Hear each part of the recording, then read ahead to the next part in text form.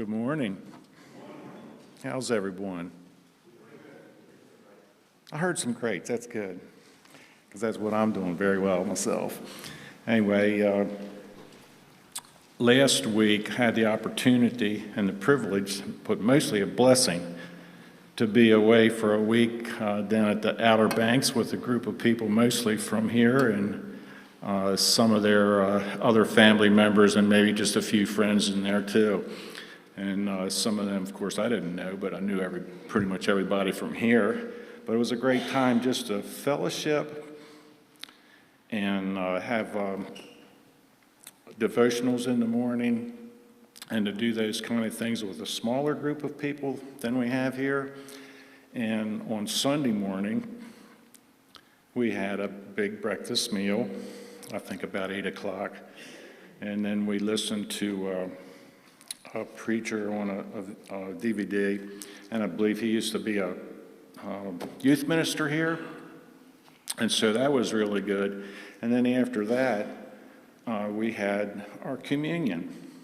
And so the communion was very communal, if that's the right word. And it was a smaller group. And so you lose some of that in a big group, I think.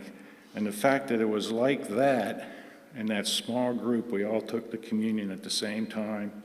And we sat there, and I'm not sure we sang a song or not, but we did other times. We sang some songs and that. But it was just the fact that we were there in a group, a smaller group, and we had a full meal. And when Jerry was doing the communion, he talked about Paul in 1 Corinthians, I think it's chapter 11, and talked about how they went from house to house, and then later on they were in groups, and the groups got bigger, and as the groups got bigger, some people were getting fed full meals and others were getting nothing outside because it became something that was outside of the house. And so he spoke about that, and he also spoke about do this in remembrance of me.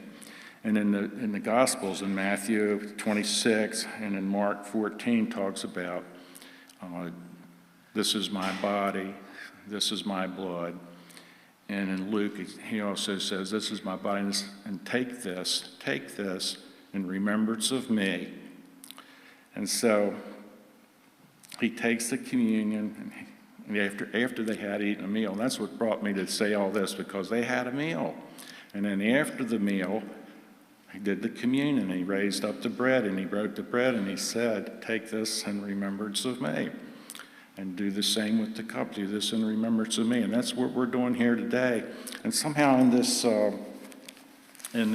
Core 52 book, I'm just going to read one sentence out of that. It says, we barely recognize the communal nature of communion.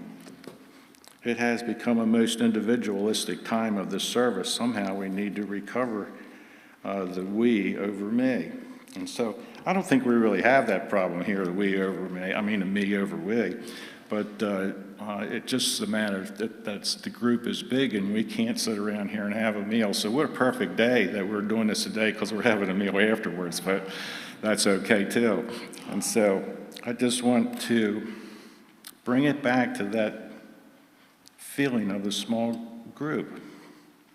And so as we take this communion today, I want to ask that we remember that. And so let's go to our Father in prayer. Father in heaven, we want to ask you to bless this bread and this cup that we're taking today, and that we do it in remembrance of you, and that we do it in a rightful mind, and we do it in spirit and truth, like we are supposed to pray also. And so as we take this bread, remember that it's your body broken for us, and as we take this cup, remember that the cup is your blood shed for many. And so we want to do this in remembrance of you, Father, and we ask this prayer in your name. Amen.